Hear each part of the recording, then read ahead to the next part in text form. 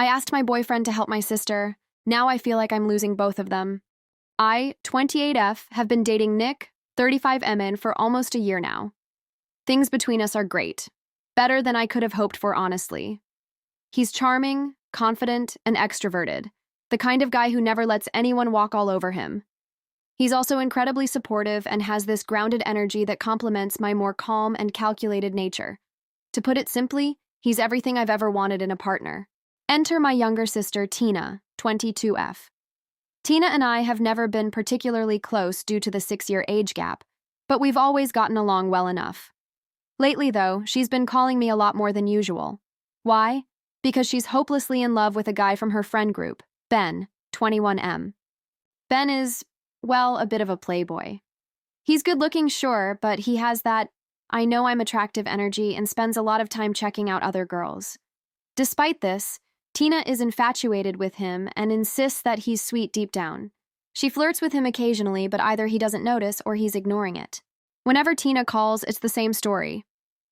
What should I do? How do I make him like me? I always tell her the same thing. Be honest, be straightforward, and avoid playing games. If she likes him, she should just tell him. But does she listen? Nope. Instead, she does the complete opposite, playing hard to get or sending vague messages that confuse him.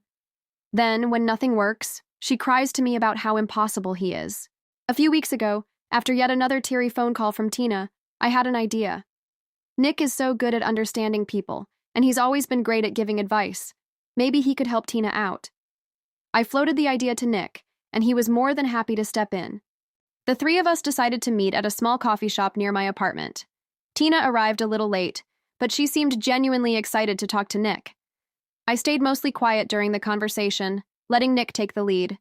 He was kind but direct, asking Tina what she really wanted from Ben and why she thought he wasn't reciprocating. Tina seemed a bit flustered at first, but eventually opened up. Nick suggested that Tina should stop overthinking her texts and just write something casual but clear. For example, "Hey, I like spending time with you. Want to grab a coffee sometime, just the two of us?" Tina seemed hesitant but nodded along, taking notes on her phone. By the end of the conversation, she looked a lot more confident. That night, Tina sent the text Nick helped her craft. To her surprise, and mine, Ben responded positively. He agreed to meet up with her, and they ended up having a great time. Everything seemed fine, but the next day, Nick made an offhand comment that stuck with me. "Tina's a great girl," he said. "She's confident, funny, and knows what she wants. I like that about her." I brushed it off at the time, but over the next few days, Tina started calling me more often, not to complain about Ben, but to ask if she could hang out with Nick and me again. At first, I didn't think much of it. I figured she was just grateful for Nick's help and wanted to thank him. But then, during one of our calls, she said something that made me pause. "Nick's so easy to talk to," she gushed. "I feel like he really gets me, you know? Can we all go out again soon?" It wasn't just the words. It was the way she said them. Too enthusiastic. Too eager. I started noticing little things.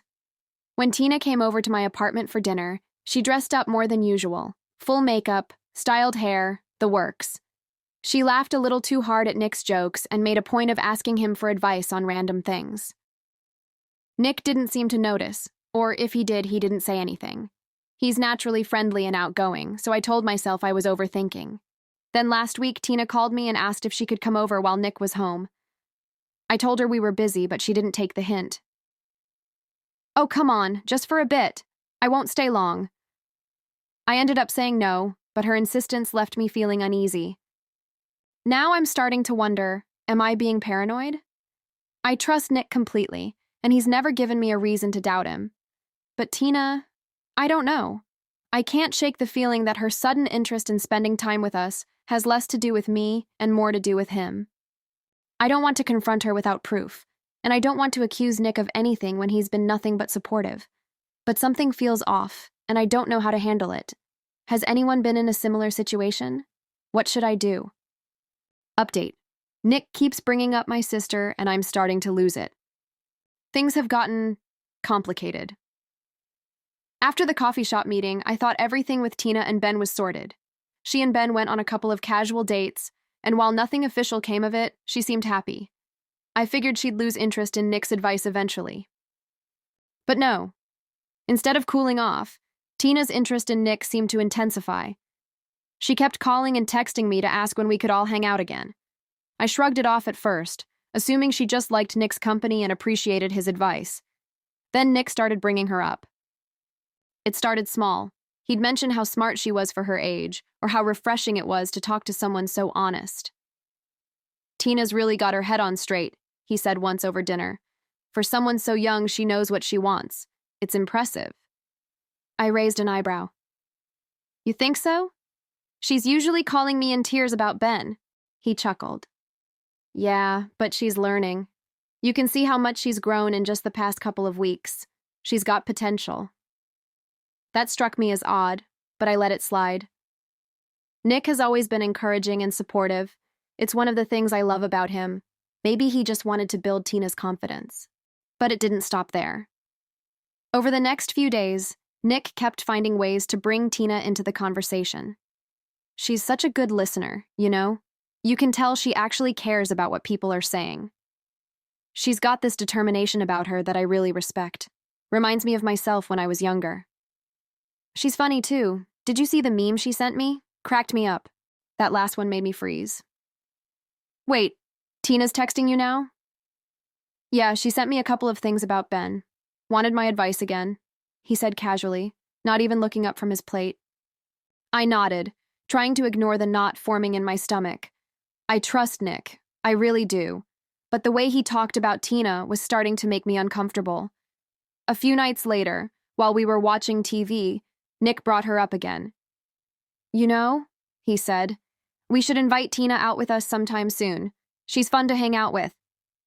I tried to play it off as a joke. "You're talking about Tina a lot lately. Should I be worried?" Nick laughed, shaking his head. "No, of course not. She's like a kid to me." His words reassured me in the moment, but something still didn't sit right. It wasn't just the fact that he kept talking about Tina, it was the insistence. Every few days, he'd suggest that we invite her along, like it was some kind of mission. I decided to test the waters. The next time Tina called me, I mentioned that Nick had been talking about her. "He says you're really determined and funny," I told her. Tina laughed, but it sounded nervous. "Really? That's nice of him. He's pretty great, too." "Yeah, he keeps saying we should all hang out again. What do you think?" There was a pause. Yeah, that'd be fun," she said, her voice a little too bright. I didn't push it, but her reaction didn't feel genuine. The tipping point came last weekend. Nick and I had plans for a quiet dinner at home, just the two of us. I was looking forward to it after a stressful week at work. As we were setting the table, Nick said, "You know, tonight would have been a great night to invite Tina." I froze mid-step, the plates in my hands clinking together. "Why would we invite Tina? It's date night." Nick shrugged. "She's been having a tough time with Ben again. I think it'd be nice to cheer her up. Besides, you guys are sisters. Isn't that what family's for?" My patience snapped. "Nick, she's my sister, not our third wheel. And honestly, I don't get why you're so eager to have her around all the time." He looked taken aback. "What's that supposed to mean?" "You've been talking about Tina nonstop lately. It's weird. Every other conversation, it's Tina this and Tina that. I don't understand why you're so invested." Nick's expression hardened. "She's your sister. I thought you'd appreciate me taking an interest in her." "There's taking an interest, and then there's—" I trailed off, not wanting to say it. "Then there's what?" he pressed. "Never mind," I muttered, brushing past him to set the table. We ate dinner in near silence, the tension thick enough to cut with a knife. That night, as I lay awake staring at the ceiling, my mind raced. I trust Nick, I do. But this whole situation feels wrong. I can't tell if I'm being paranoid or if there's something deeper going on. The worst part? Tina called me again today, asking if she could come over this weekend. When I said no, she sounded disappointed and asked if Nick would be around next week. I deflected, but my gut is telling me something's off. Am I crazy for thinking there's more to this, or do I need to have a serious talk with both of them? Update. I invited my sister out to watch her and my boyfriend, and now I feel like a third wheel.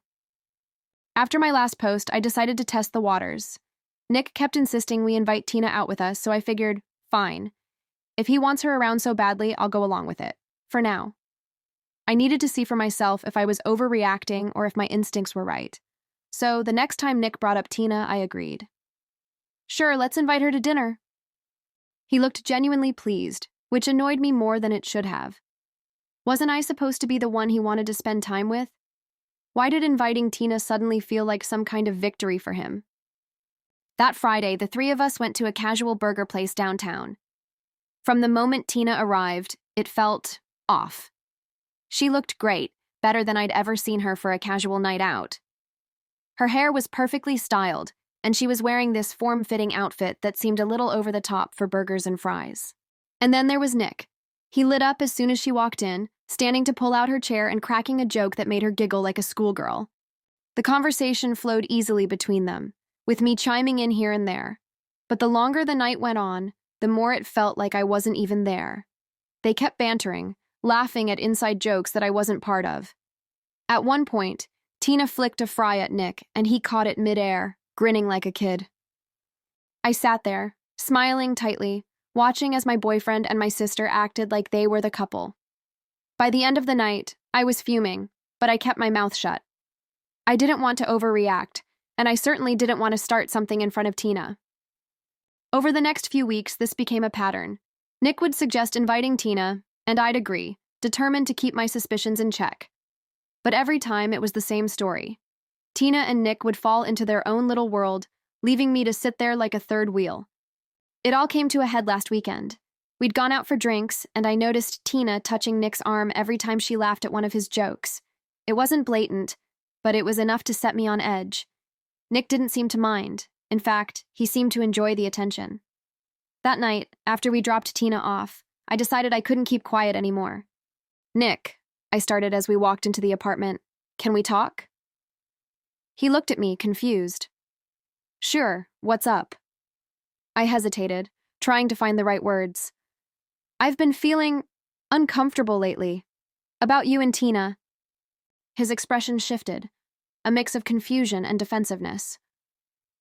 What do you mean? I mean the way you two act when we're all together, I said, my voice shaking slightly. It's like I'm not even there. You joke around with her, you laugh with her, you focus on her in a way that makes me feel left out. Nick frowned, crossing his arms. Are you serious? She's your sister. I'm just trying to make her feel included. I get that, I said, trying to stay calm. But it's more than that. The way you talk about her, the way you look at her sometimes, it's starting to make me feel like there's something going on that I'm not part of. He stared at me, stunned. You think I'm interested in Tina? I don't know what to think, I admitted. But I can't ignore how I feel, and right now I feel like a third wheel in my own relationship. For a moment, he didn't say anything. Then he shook his head, laughing bitterly. Wow, this is insane. Tina's just a kid, okay? She's fun and easy to talk to, sure, but that's it. It doesn't feel like that's it, I said quietly. Maybe you're just jealous, he shot back. Tina's confident and knows how to have a good time. Honestly, you could learn a thing or two from her. His words hit me like a slap. Excuse me? You heard me, he said, his voice cold. You've been so uptight about this whole thing, reading into every little interaction like it's some big conspiracy. Maybe if you lightened up and stopped overthinking everything, you wouldn't feel so insecure. I felt tears prick my eyes, but I refused to let them fall. Wow, I said, my voice barely above a whisper. So that's how you see me. Nick ran a hand through his hair, clearly frustrated. I didn't mean it like that. I'm just saying you're blowing this out of proportion. Tina's your sister, for God's sake. Why would I ever be interested in her? I didn't respond. I couldn't. That night, I slept on the couch, my mind racing. Nick's words replayed in my head over and over. You could learn a thing or two from her. I still don't know what to do. Part of me wants to believe him, to trust that this is all in my head. But another part of me can't shake the feeling that something's wrong. Am I crazy? Or is this the beginning of the end? Update. The past few days have been unbearable. Nick and I have been fighting constantly, and Tina hasn't stopped calling or texting, always wanting to hang out. It's like this suffocating storm that I can't escape. Things reached a breaking point when I decided to talk to Tina. I needed answers. I called her and suggested we grab coffee, just the two of us. She seemed excited, almost too eager, which only added to my unease. When we sat down, I tried to keep the conversation light at first, but I couldn't hold it in for long. "So, how are things with Ben?" I asked, keeping my tone casual. Tina shrugged, swirling her straw in her iced latte. "Oh, that's over." "Really? What happened?" She glanced at me, a faint smirk playing on her lips. "He's just immature. He doesn't know what he wants, and I'm not wasting my time on boys like that anymore." Her tone was strange, almost smug. I felt my stomach tighten. "So, what are you looking for now?" I pressed, trying to sound nonchalant. She hesitated, then shrugged again. "I don't know. Someone confident. Someone who knows what they want and isn't afraid to go after it. A real man, you know?" The way she said real man made my skin crawl. "Do you have anyone specific in mind?" I asked, my heart pounding. Tina's eyes flicked to mine, and for a moment I thought I saw something, a glimmer of challenge, maybe even guilt. But then she laughed it off, waving her hand dismissively. "Oh, come on, don't start. I'm just saying I'm done wasting my time on immature guys. That's all." I didn't push further, but the knot in my stomach only grew. When I got home that evening, Nick was lounging on the couch, scrolling through his phone. I dropped my bag by the door and leaned against the wall, staring at him. "What's up?" he asked, not looking up. I folded my arms. "I talked to Tina today." That got his attention. He set his phone down and raised an eyebrow. "Yeah? How's she doing?" "She's fine," I said carefully. "She mentioned she's over Ben, though. Said he's too immature for her." Nick shrugged. "Probably for the best. I told you she's got potential. She needs someone who matches her energy." I stared at him, waiting for him to say more, but he just went back to his phone like nothing was wrong. "Nick," I said slowly, "do you think Tina might be interested in you?" He froze, his hand hovering over his phone screen. Then he looked at me, his expression a mix of shock and irritation. "What? Are you serious right now?" "Just think about it," I pressed. "She keeps wanting to hang out with us. She's always texting you. She even said she wants a man who knows what he wants. Sound familiar?" Nick stood up, running a hand through his hair. "You're being ridiculous. Tina's your sister. She looks up to me because I've been helping her. That's it. There's nothing else going on." "You can't seriously think this is all in my head," I said, my voice rising. "Maybe it is," he shot back. "You've been paranoid ever since I started talking to her. Tina's a great person. She's smart, confident, and fun to be around. But that doesn't mean she's into me, and it definitely doesn't mean I'm into her." "Then why do you keep bringing her up? Why do you keep inviting her to hang out with us?" "Because she's lonely," he snapped.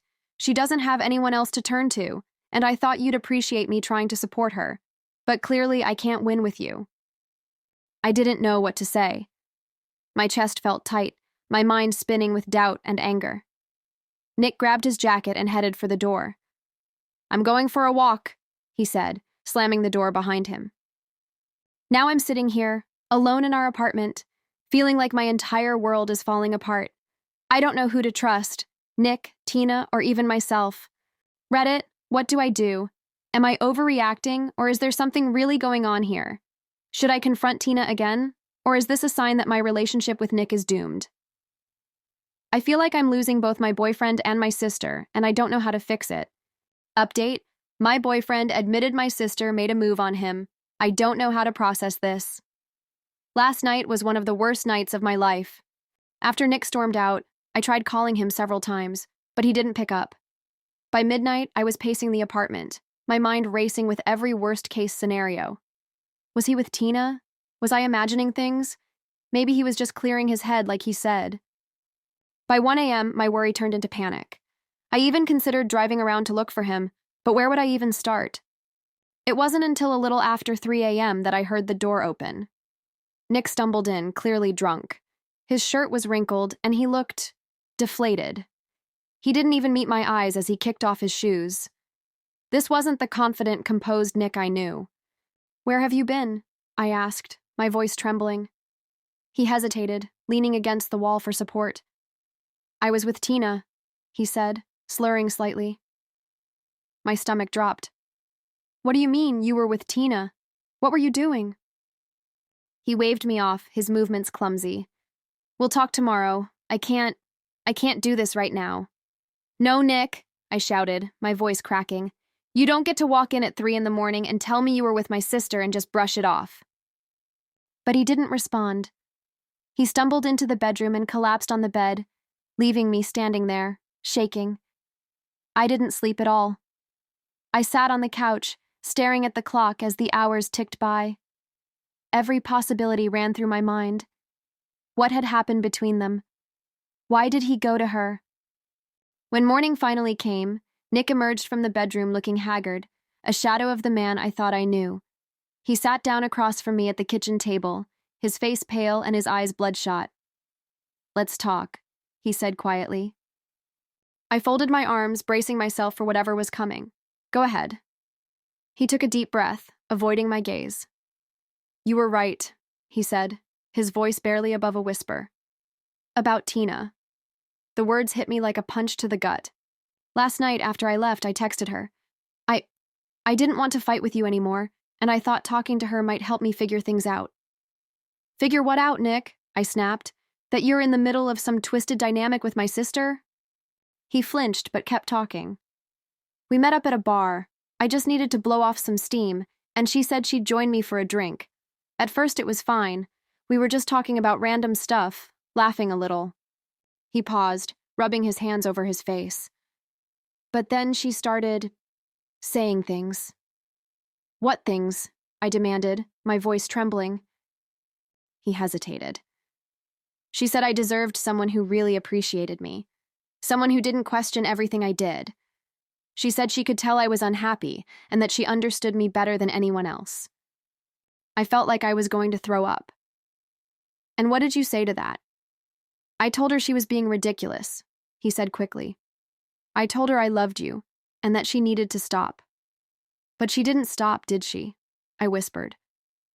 Nick shook his head, his expression tortured. "No." She leaned in and kissed me.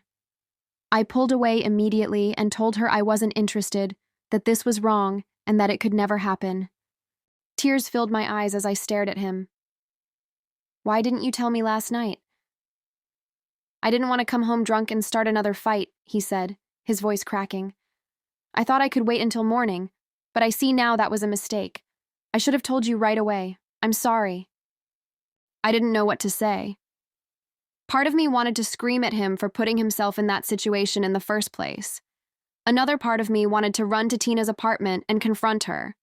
But mostly, I just felt numb. Nick reached across the table, his eyes pleading.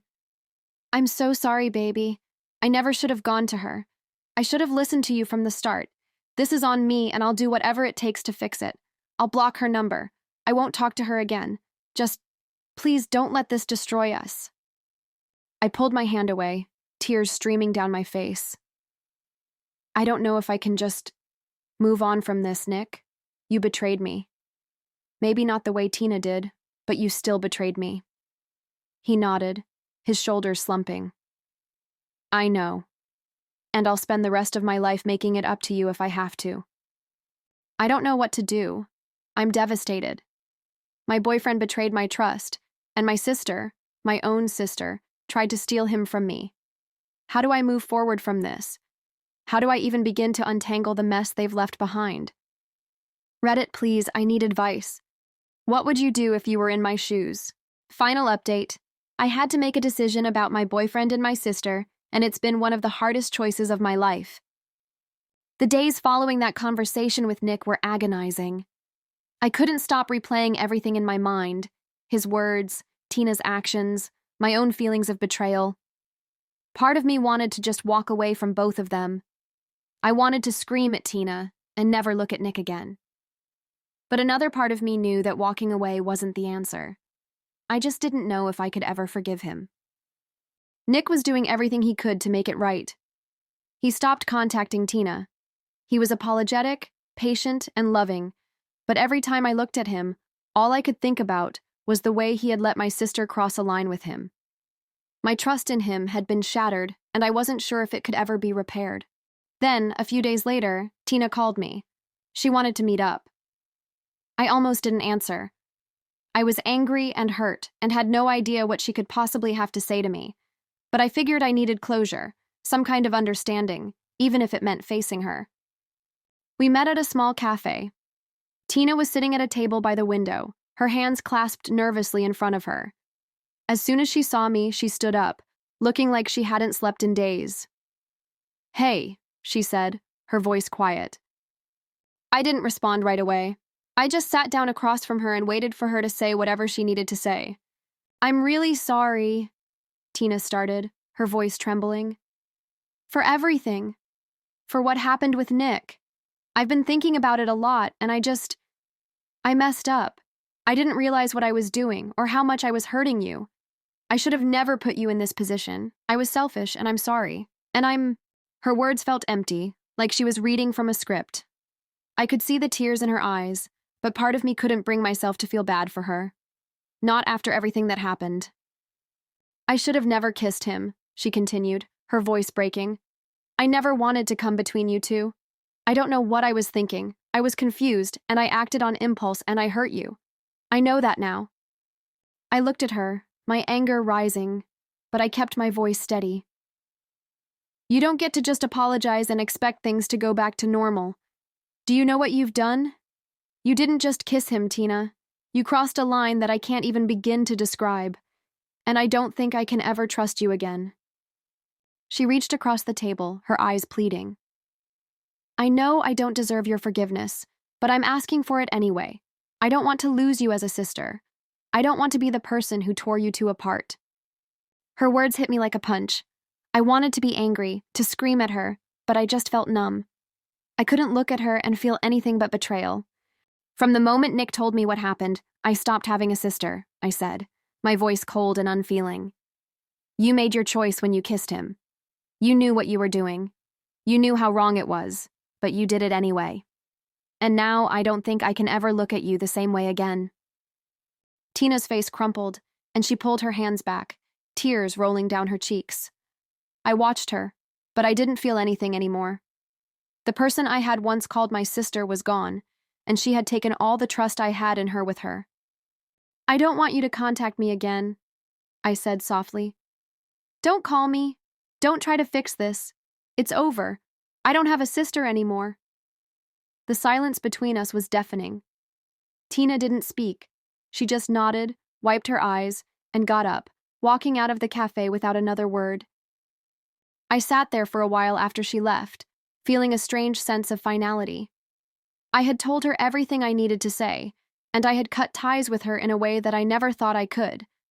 But part of me still felt like I was grieving the loss of the person I thought she was. When I got home, Nick was there waiting for me. He knew what had happened. He could see it in my face. "Did you talk to her?" he asked, his voice cautious. I nodded, not sure how to respond. I didn't feel anger anymore. I didn't feel anything.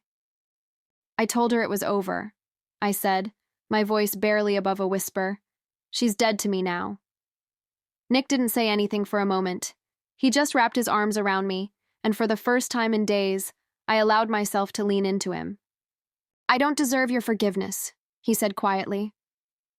"But I'm willing to wait for it. I don't care how long it takes. I'll do whatever it takes to show you I'm sorry." I wanted to hate him for what he did, but as I stood there in his arms, I realized that I still loved him. I wasn't ready to forgive him yet, but maybe, just maybe, I could learn to trust him again. It's been a few weeks since then. Things aren't perfect, and I'm still hurt. I'm still processing what happened and what it means for my relationship with Nick. I haven't forgiven him yet. I don't know when I will, but we're working through it, one day at a time, and I think for now, that's enough. As for Tina, I don't expect her to come back into my life. I don't know if I'll ever speak to her again, but I know that she's no longer a part of my world. I wish I could say I have it all figured out, but I don't. I'm still figuring it out as I go. All I know is that I have to take care of myself first, and I have to decide piece by piece whether or not I'm ready to forgive the man who I thought was my partner for life.